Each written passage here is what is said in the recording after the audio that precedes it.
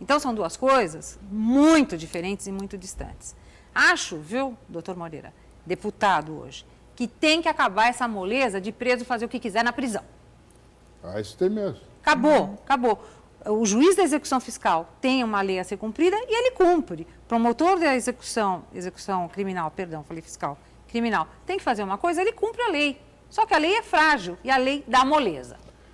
Essa que é a real. Falando isso, nós falamos com o presidente, o Eduardo Cunha, vai ser votada muitas leis em matéria de segurança pública.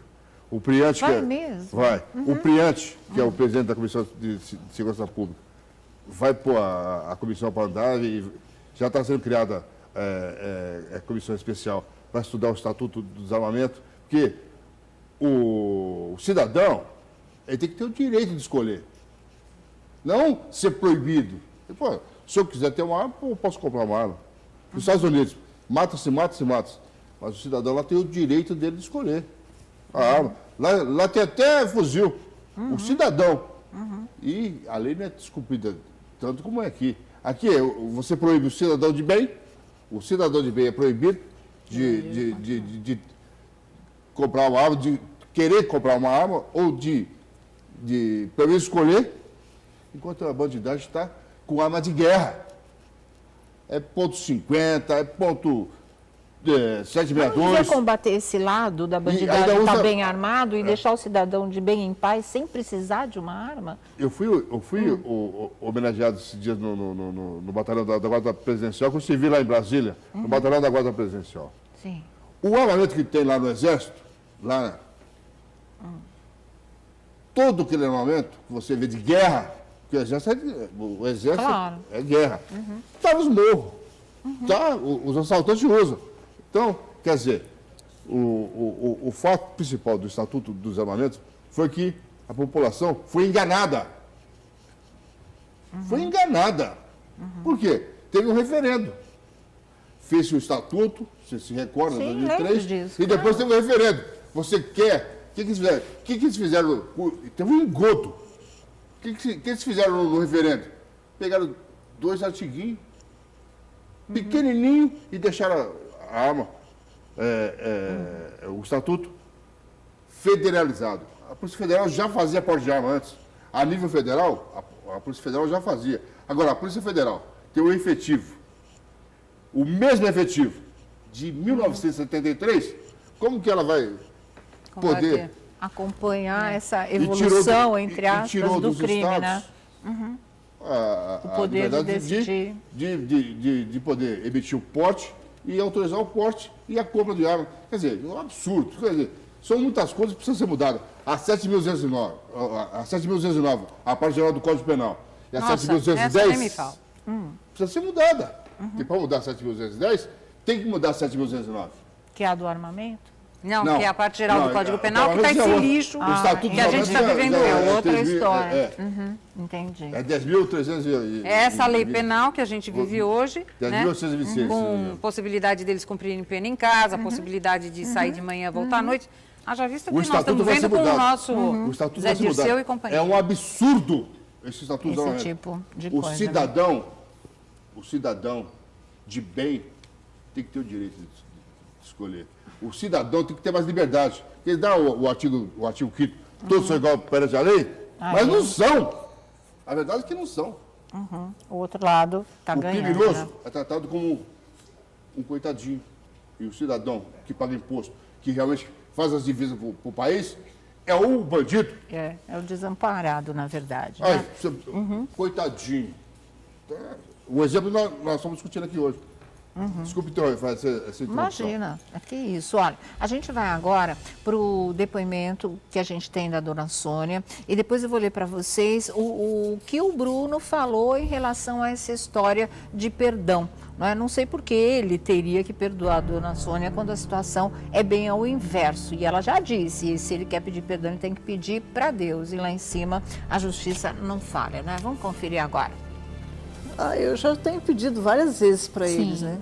Você já fez apelo até aqui pelo nosso programa mesmo. Eu já fiz apelo para eles, já pedi muitas e muitas vezes, não vou me cansar, não vou desistir.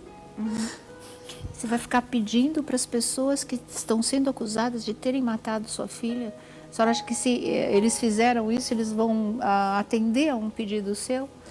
Eles têm filhos. Será que eles não pensam nos filhos deles? Eles têm filho. Hoje eu clamando, eu pedindo para eles os restos mortais da minha filha. Amanhã eles podem estar na minha situação. Será que eles não imaginam uma situação dessa? Eu falei, tudo que você faz de bem, você tem retorno. Mas tudo que você faz de mal, um dia retorna para você de volta. Também, existe a lei do retorno. Eles não pensam isso. E todo dia eu tenho que conviver com isso.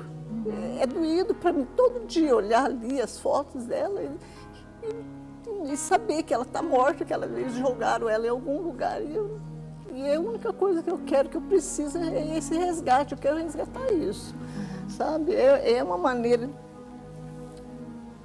de eu mostrar para o meu neto amanhã ou depois, aonde uma que a mãe referência dele, onde uma está, referência um onde túmulo da mãe. Está descansando. É uma pergunta cruel, mas que nesse mundo e nesse país tão violento quanto a gente vive, existe aquela história de poderem ter dado um fim sem deixar vestígio no corpo dela. Pode ser que não haja esses restos mortais. Você não acredita nisso? Você já comprou o caixão da Elisa? Você tem convicção que vai fazer esse sepultamento? Eu vou. E isso é onde? Lá em Mato Grosso que você comprou? É, lá em Campo Grande. Tem o cemitério, gaveta certinho, caixão, tudinho, sabe? Eu não sei, é uma coisa minha, no meu coração. A intenção de mãe sabe? sempre tem que ser levada em consideração. De repente você acha que eles não sumiram. Pode não ser amanhã, nem depois, pode vir a acontecer daqui 1 ano, 2, 5... Mas eu vou estar batendo em cima disso e qualquer pessoa que falar, não, está em tal lugar, eu vou atrás.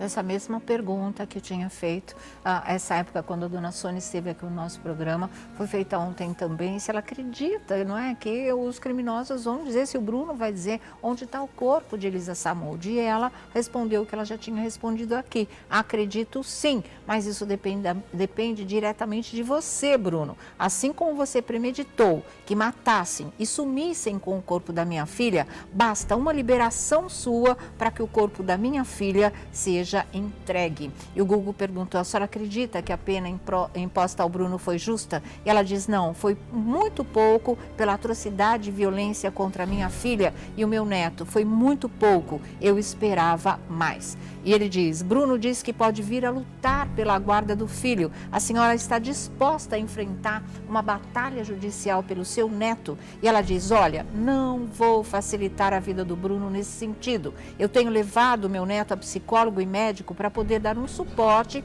para que quando ele venha a saber toda a verdade, eles tenham esse apoio psicológico. Ela diz, eu sofro certa circunstância com o meu filho. Ninguém sabe o que tudo isso causou. Meu filho hoje faz tratamento psicológico e sofre de síndrome do pânico. Eu vou fazer qualquer coisa ao meu alcance para proteger o Bruninho. Ele ainda, porque a Elisa Samúdio tem um irmão, né? E a dona Sônia, além de cuidar do Bruninho, tem esse filho que desde a morte da Elisa também passa por todo esse drama.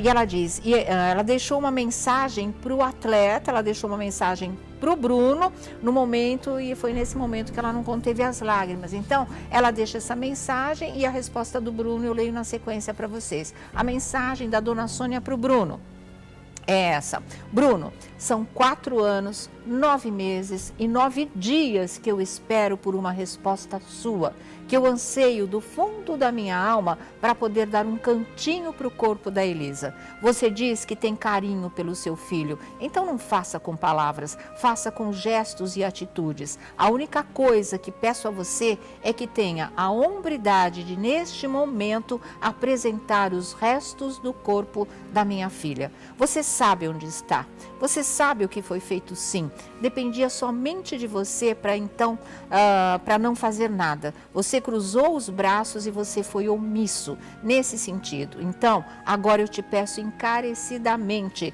dá o corpo da minha filha. Depende de você, basta você falar. Eu só queria paz, Bruno. Eu só quero paz para criar o meu neto. Eles não me dão. Eu preciso de paz para poder criar o meu neto com dignidade, para mostrar o caminho a seguir e não mostrar esse pai. Esse pai não é modelo para ninguém. Esse pai foi mal o tempo inteiro. Não é porque passou 4, 5 anos na cadeia que vai ficar bonzinho agora. Essa foi a mensagem da dona Sônia para o Bruno no programa do Gugu. E aí, quando o Gugu pergunta para ele em relação a tudo isso, né, se ele pediria perdão à mãe de Elisa Samúdio, e ele ouve uma resposta negativa, que é a seguinte, ele diz, o Bruno, Gugu, eu poderia pedir perdão à dona Sônia.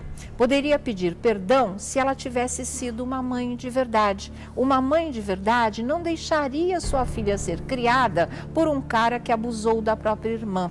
Então, eu poderia pedir perdão se fosse mãe de verdade como a minha. Mesmo que eu tenha sido agredido por todo mundo, mas minha mãe me protegeu de todas as formas. Devido ao crime, eu poderia pedir perdão, mas eu peço perdão ao meu filho, o Bruninho, e vai ficar registrado. Eu peço perdão ao meu filho, diz ele, porque tem hora que ele fala que não acha que é filho dele, tem hora que ele fala como se fosse filho dele mesmo, né? Como mulher, como é que a senhora vê essa posição?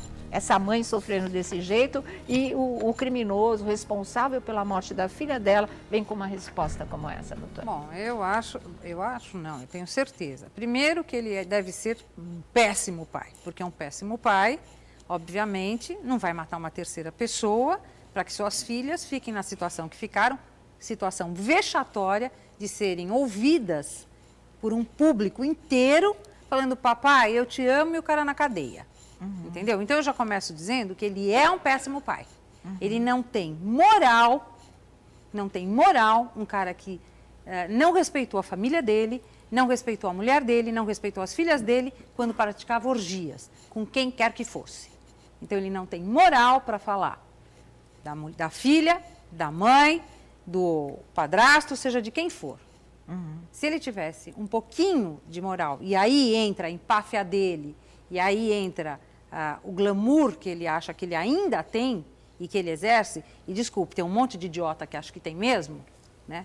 Nós temos público para tudo. Então, se ele tivesse um pouquinho de moral, ele diria sim que pediria perdão por ele ter sido omisso, que é o termo que ele usa.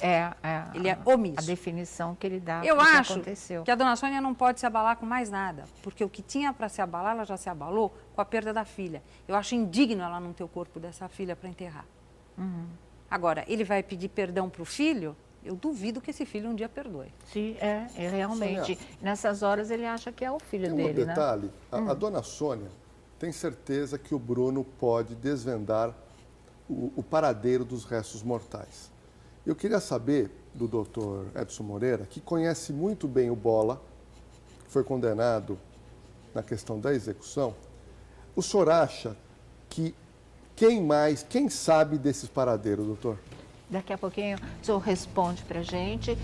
Lembrando que a dona Elisa, quando ela esteve aqui, a dona Sônia, na verdade, quando ela esteve aqui no nosso programa, e ela ainda, me parece que continua, com o caixão da filha comprado, com o local para o sepultamento também já adquirido. E aí eu queria que o senhor falasse na real, para ela poder entender se isso não vai passar sempre de uma espera inútil, na verdade, tá? Eu volto aqui já com o doutor Edson Moreira, com a doutora Eliana Passarelli e também com o Jorge Lordelo.